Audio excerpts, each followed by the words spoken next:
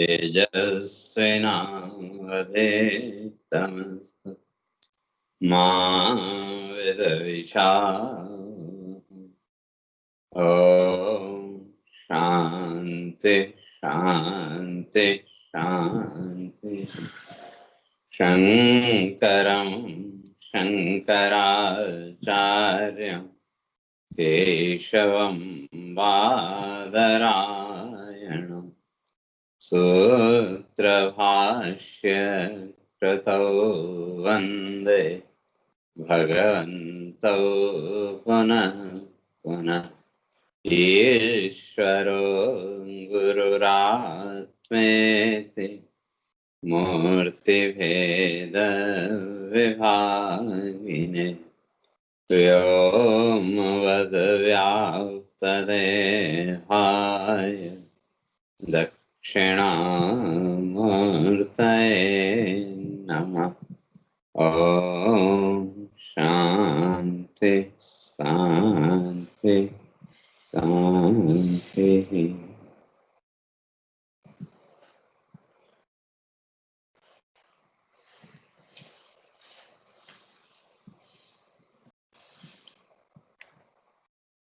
दो विचार चल रहा था। भगवान इस बात को स्पष्ट करके आए थे, यस्तो आत्मरतिरेव स्याद् आत्मतृप्तश्च मानवः आत्मन्येव च संतुष्टः तस्य कार्यं न विद्यते। यस्तो आत्मरतिरेव स्यात्, तो जिसका आत्मा में रति है, अर्थात आत्मचिंतन तत्व चिंतन के अतिरिक्त जिसके जीवन में अब और कुछ है ही नहीं,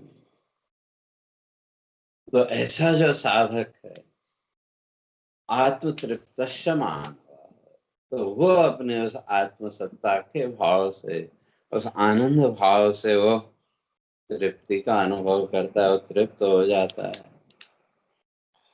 और ऐसा जो तृप्त साधक है तो कहा तस्य कार्यम न विद्यते, उसके लिए फिर कोई कार्य भी शेष नहीं रहता। और नैव तस्य कृतेनार्थो न कृतेनेह कश्चन, तो फिर उसके जीवन में पाप पुण्य आदि कुछ भी नहीं रहेगा। तो उस स्थिति तक पहुंचने के लिए जो ज्ञान की जो सीढ़ियां हैं, 7 भूमिकाएं हमारे ऋषि ने उनको स्पष्ट किया।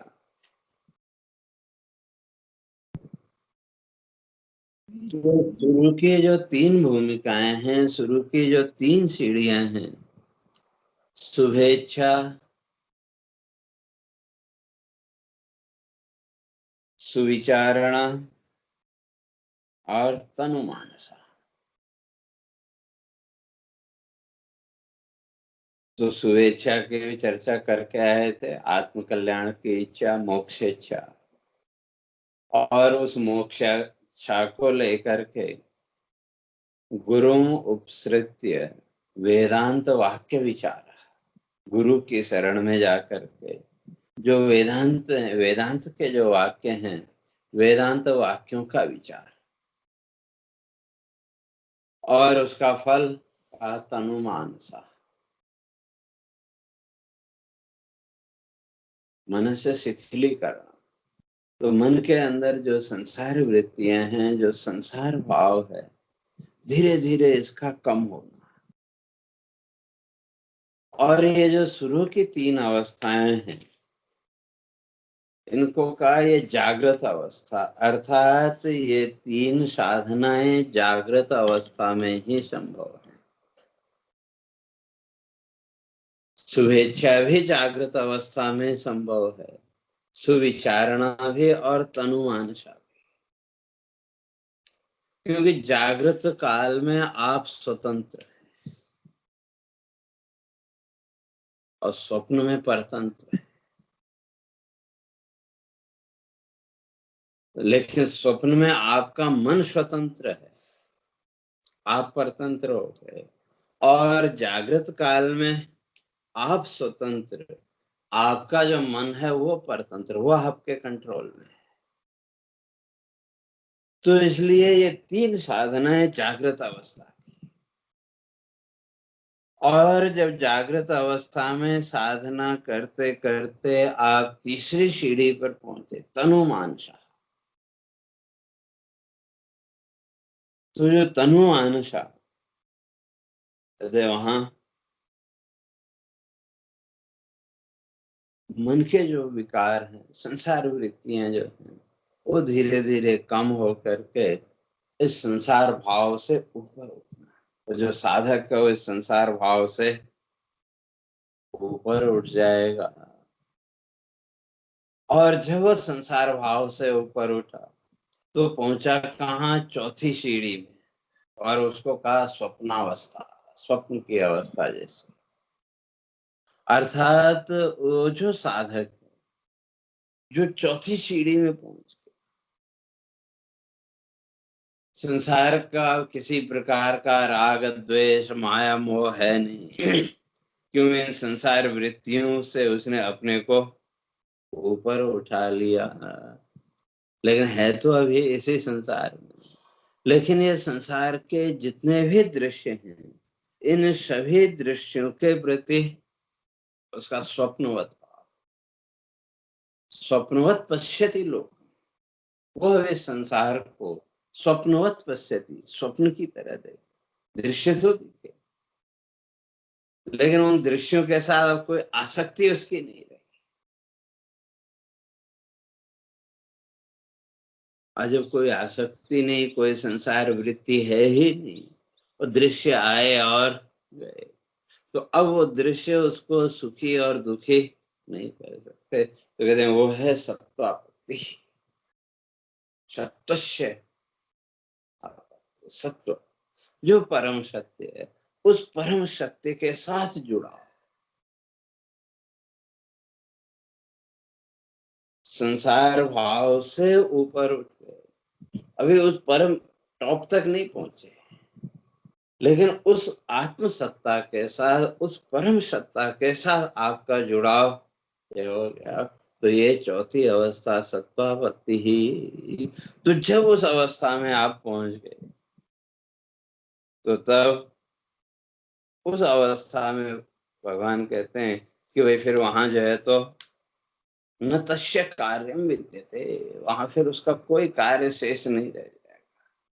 अभी संसार का कोई भी कार्य उसके लिए शेष नहीं है। अर्थात ये संसार के कार्य, संसार की वृत्तियां अब उसको विक्षिप्त नहीं करेंगी।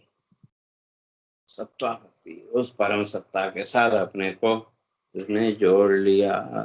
तो यहाँ तक हम लोग चर्चा करते हैं। तो अब जब चौथी अवस्था से फिर आगे बढ़े, तो तब भगवान कहते हैं नैव तस्य कृतेनार्थो न कृतेने कश्चन न चास्य सर्वभूतेषु कश्चिद् अर्थ व्यपाश्रय। जब उस चौथी अवस्था से भी आगे बढ़े, तो जब उससे आगे बढ़े तो आई सुसुप्ति, 3, जागृत, स्वप्न और सुसुप्ति।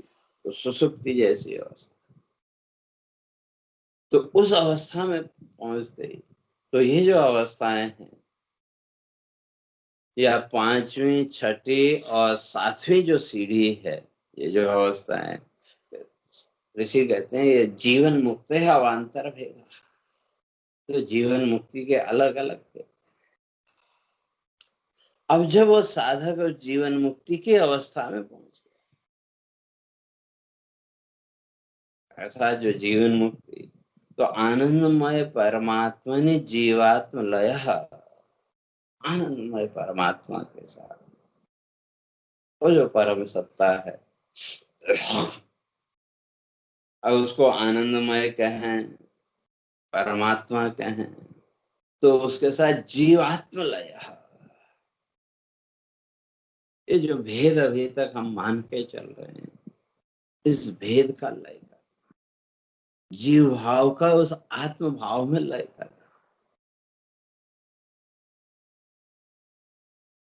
तो वो जीवन मुक्ति की अवस्था।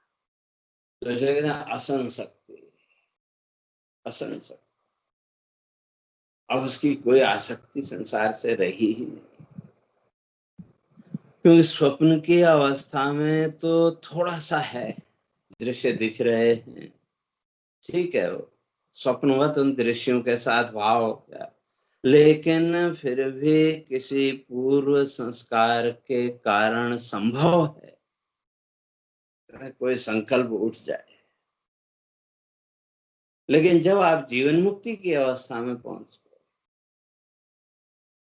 तो वहां फिर कोई संकल्प आदि कुछ नहीं। इसलिए वो कैसे तो कहते हैं सविकल्प समाधि अभ्यास है ना। तो वो जो पांचवी भूमिका है,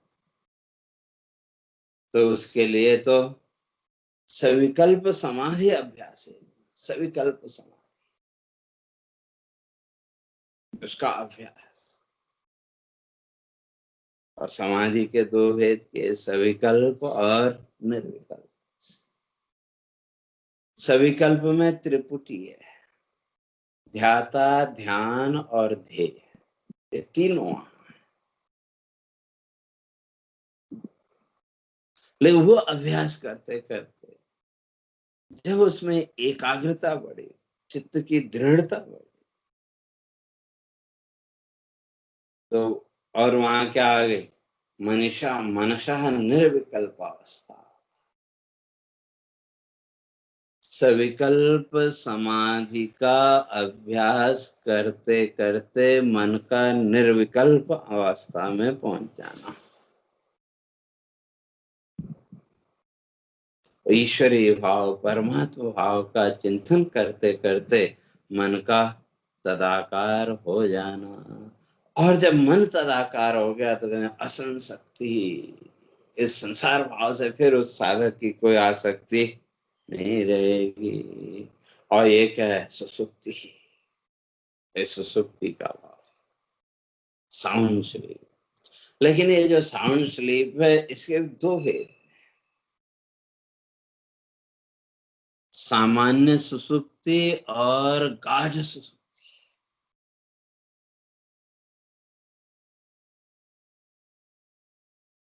और जो गाढ़ सुसुप्ति की अवस्था है वो थोड़ी देर, लेकिन सामान्य सुसुप्ति थोड़ा लंबी है। तो इसलिए यहाँ कहते हैं जब वो पांचवी भूमिका में वो साधक पहुंच गया तो असंशक्ति, संसार के साथ उसकी कोई आसक्ति है नहीं। लेकिन स्वयमेव वित्थानात्, वहां से फिर संभावना है लौटने की। कोई संकल्प वृत्ति, कोई पूर्व संस्कार आपका शेष रह गया भी, तो वो जो संस्कार, वो संस्कार संभव है आपको फिर खींच के ले आए।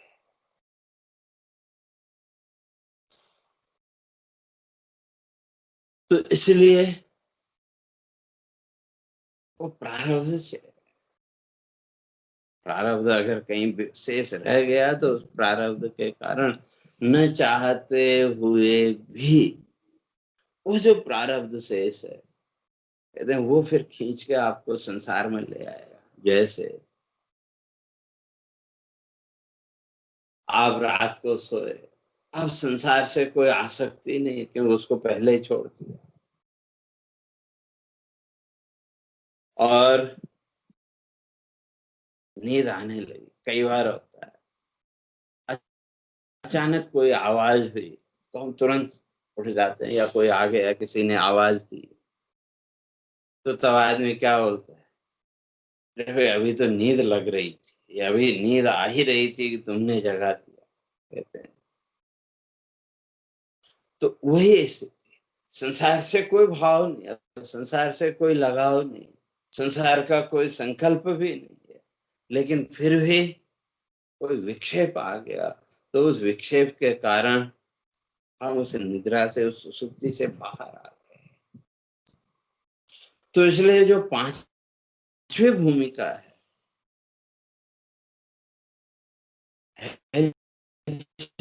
जीवन मुक्ति की अवस्था, संसार से कुछ लेना देना, लेकिन फिर भी ऋषि कहते हैं कि वे स्वयमेव वित्थान,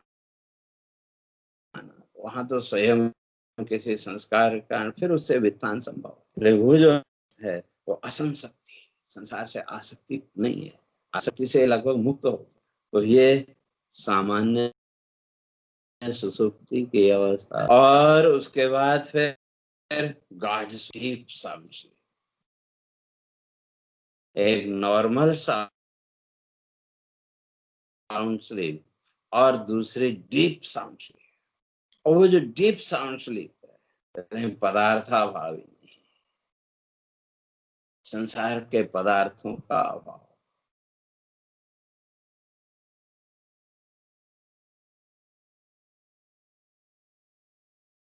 लेकिन वहां कहते हैं पर प्रयत्न विद्युत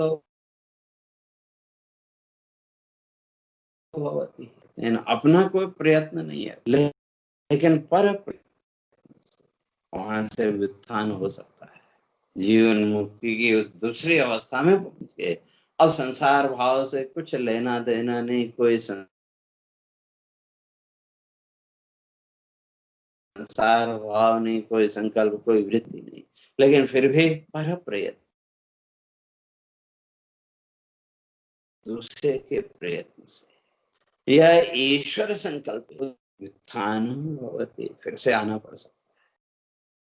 और उससे भी जब आगे बढ़े तुर्य का, तुर्य, तो वहां जब आप पहुंच गए तो वहां पर न स्वप्रयत्न न पर प्रयत्न, और वहां से फिर जो है तो न अपने प्रयास के द्वारा और न दूसरे के प्रयास के द्वारा किसी भी तरह से फिर उससे बाहर नहीं आ सकते। तो वही क्या परमात्मा लय, उस आनंद में लय पूर्ण रूप से जब लय हो गया तो वो तुरीयावस्था। तो अब जब जीवन मुक्ति की अवस्था तक आप पहुंच गए, कहते हैं नैव तस्य कृते नार्तो ना कृते नेह कश्चन, जीवन मुक्ति की अवस्था में पहुंचने पर तो किसी भी प्रकार न कृते न कर्मणार्थम प्रयोजनम अस्ति, तो अब इस लौकिक जगत के संसार के कर्मों से आपका कोई प्रयोजन रहेगा ही नहीं, न कर्म से प्रयोजन और न उस कर्म के फल से किसी प्रकार का प्रयोजन। और ना कृते ने कुछ नहीं किया तो उससे कोई पाप पुण्य लगेगा, ऐसा भी नहीं। अर्थात इस संसार के पाप पुण्यादि भावों से आप ऊपर उठ गए, और तब न आत्महानि लक्षण, उसका फिर किसी भी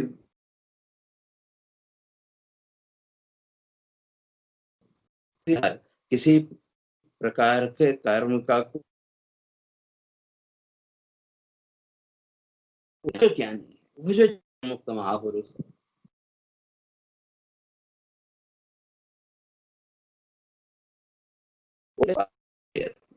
वो प्रारब्ध जब तक शरीर का है तो तब तक वो शरीर का प्रारब्ध उससे कर्म करवाएगा, लेकिन उसका उन कर्म और कर्म फल से कुछ भी लेना देना ही नहीं। और जहां तक लौकिक जगत के कर्म की बात है, अभी भी करा तो वही प्रारब्ध रहा है। इसलिए तीन भेद पंचदशी कार ने स्पष्ट किए, स्वेच्छा, अनिच्छा और परेच्छा।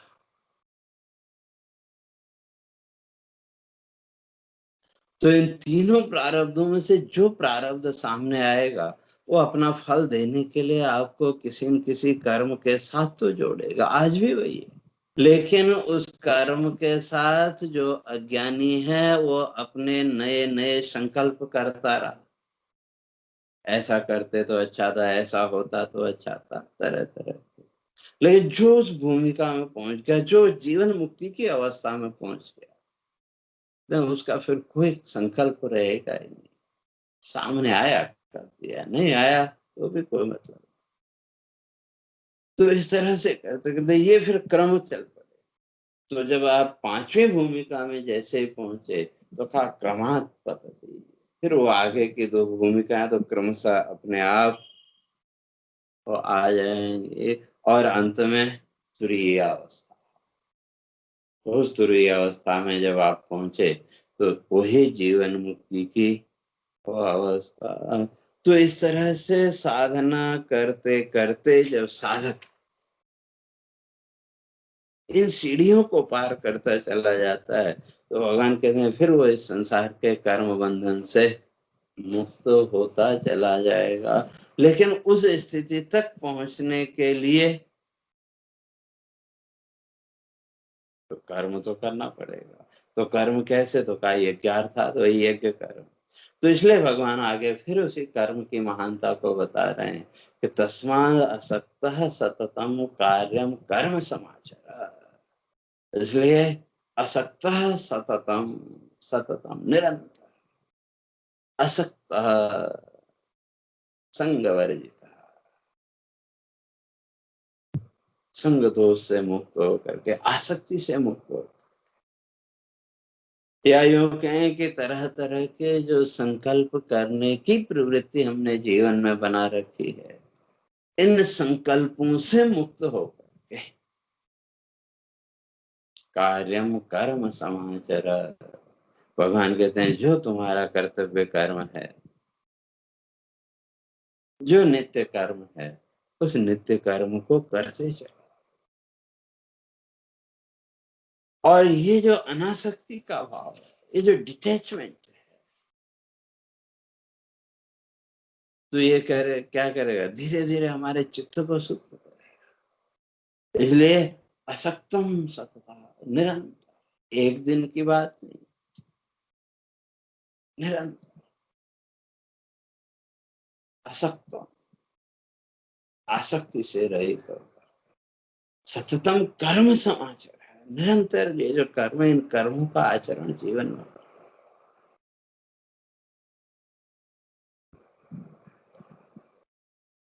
क्यों? असक्तो ही आचरण कर्म परमाप्नोति पुरुष। ये आसक्ति से रहित जो कर्म, ये आसक्ति रहित कर्म ही परम आपनोति, जीवन में हमको उस परम सुख की अवस्था में, उस आनंद की अवस्था में, उस जीवन मुक्ति की अवस्था में पहुंचाएगा। तो कहने का तात्पर्य ये कि उस जीवन मुक्ति की अवस्था तक पहुंचने के लिए भी कर्म करना पड़ेगा, और इस संसार के जन्म मृत्यु रूप फल की प्राप्ति के लिए भी कर्म करना पड़ेगा। कर्म तो दोनों तरफ करने। तो अब प्रश्न ये है कि बार बार इसी जन्म मृत्यु के चक्र में बंधे रहना, या उस परम स्थिति तक पहुंचना। हम अपने जीवन का ध्येय, हम अपने जीवन का लक्ष्य क्या बना के रखते हैं, ये हमारे ऊपर। तो इस संसार बंधन से अगर मुक्त होना है, इस संसार के सुख दुख के बंधन से ऊपर उठ करके जीवन मुक्ति की आनंद की अवस्था तक अगर पहुंचना है, तो भगवान के असक्तः सततम, आसक्ति से रहित होकर, अर्थात फल की इच्छा से रहित होकर सततम कार्य कर्म समाचर, निरंतर अपना जो कर्तव्य कर, जो कर्म करना चाहिए, जो नित्य कर्म आदि का विधान हमारे ऋषियों ने किया, तो कहा उन कर्मों को करते चलो। तो वो जो अनासक्ति का भाव है, वो जो इच्छा रही भौतिक जगत की, और ऋषि तो यहाँ तक कहते हैं कि वे मोक्ष की भी इच्छा नहीं होनी चाहिए। क्यों? अगर मोक्ष की भी इच्छा है तो वो भी बंधन का कारण बन जाएगी, लेकिन वो एकदम से तो निवृत्त नहीं होगी। तो अभी तक इच्छा है इस संसार के सुख दुख की, तो इसलिए उस यज्ञ कर्म के द्वारा चित्त शुद्धि करते हुए अपने अंदर पहले उस मोक्ष इच्छा को जागृत करना। तो वो जो मोक्ष इच्छा है, तो वो जो मोक्ष इच्छा वो फिर आपको इस संसार बंधन से ऊपर उठाएगी। और धीरे धीरे जैसे जैसे चित्त शुद्ध होता गया, फिर वो मोक्ष की इच्छा भी निवृत्त हो जाएगी। और जिस क्षण वो सारी इच्छाएं निवृत्त हुई, यथा सर्वे ब्रह्मच्यन्ते कामाय यस्य हृदि श्रद्धा अथ मर्तो अमृतो भवति अत्र ब्रह्म समश्नुते। श्रुति कहती है अत्र ब्रह्म समश्नुते, अत्र माना अस्मिन्नेव जन्मनि, इसी जीवन में ब्रह्म समश्नुते। और जो साधक है वो उस ब्रह्म भाव को प्राप्त कर लेगा। तो कब? यथा सर्वे ब्रह्मच्यन्ते कामाय यस्य हृदि श्रद्धा, हृदय में बैठी हुई ये जो कामना है, जिसमें सर्वे प्रमुच्यन्ते, सारी कामनाओं की निवृत्ति हो गई, यहाँ तक कि अब मोक्ष की भी इच्छा नहीं।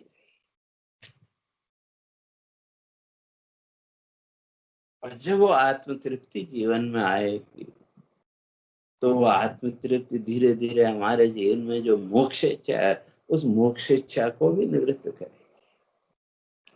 इसलिए भगवान का आसक्तो है आचरण कर्म, इसलिए आसक्ति से रहित होकर के, अटैचमेंट से मुक्त होकर के, यह जो ये संसार की इच्छाएं हैं, संसार की जो फलाशक्ति है, भगवान कहते हैं उससे अपने को तुम ऊपर उठाओ। तो क्या होगा क्या नहीं होगा ये चिंता तुम छोड़ो। तो अर्जुन ने प्रश्न किया था कि अगर युद्ध करेंगे तो लुप्त पिंडोदक क्रिया, सारे ये मारे जाएंगे, स्त्री सुदुष्टासु आश्रय वर्ण संकर, तो ये स्त्री फिर दुष्टता, तो इनका आचरण दूषित हो जाएगा, तो उससे फिर हमारी जो कर्म व्यवस्था है वो सारी छिन्न भिन्न हो जाएगी। ये जो तरह तरह की कल्पनाएं, भगवान कहते हैं उससे अपने को बाहर निकालो। क्योंकि क्या होना है क्या नहीं होना है वो तो ईश्वरीय विधान में पहले से निश्चित है।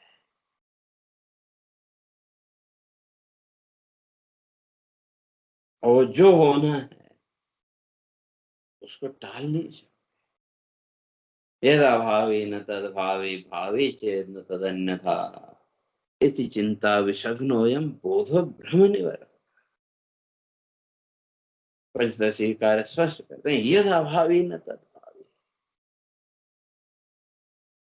जो नहीं होने वाला है न तद भावी वो नहीं हो सकता। भावी चेत न तदन्यथा, जो निश्चित है ईश्वरीय विधान में, जो निश्चित हो चुका है, न तदन्यथा, उसको कोई टाल नहीं सकता।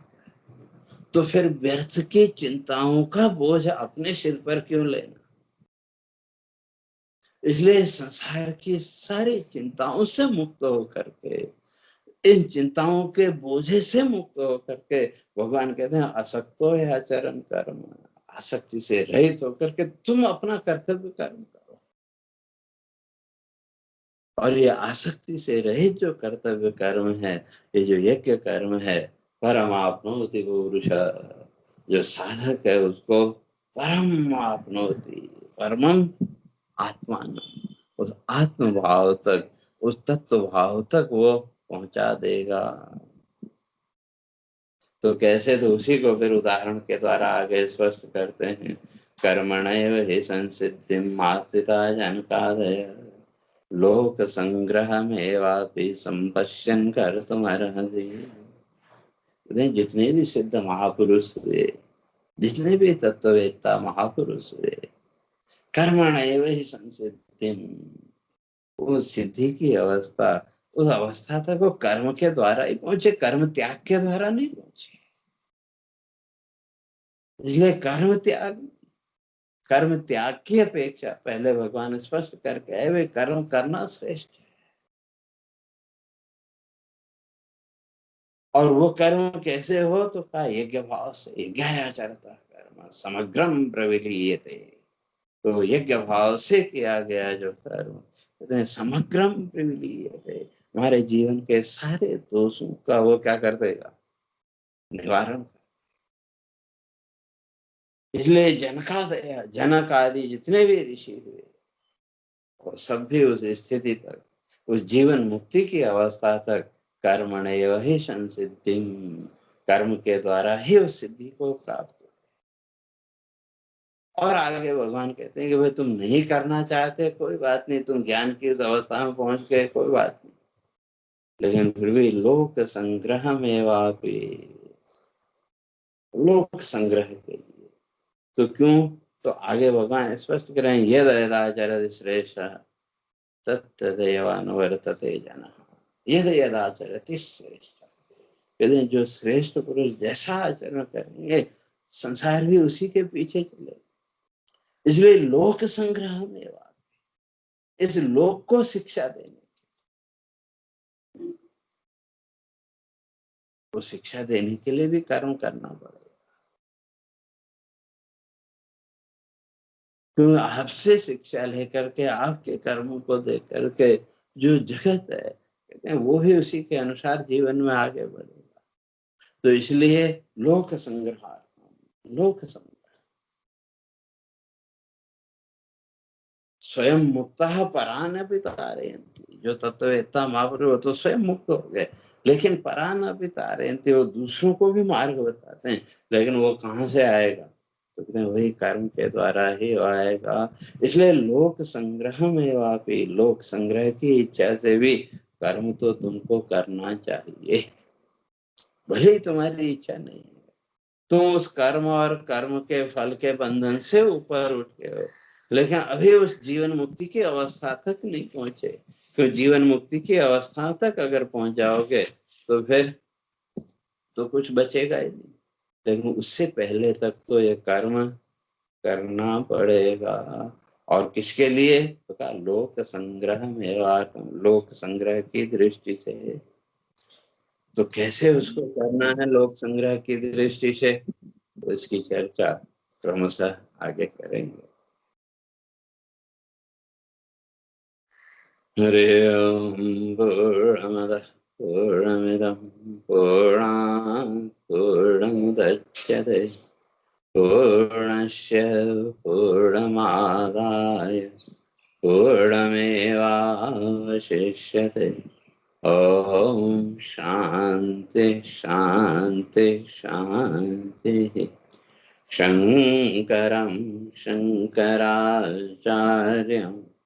केशवं बादरायणं सूत्रभाष्य कृतौ वन्दे भगवन्तौ पुनः पुनः। ईश्वरो गुरुरात्मेति मूर्तिभेदविभागिने व्योमवद्व्याप्तदेहाय दक्षिणामूर्तये नमः। ओम शांति शांति शांति।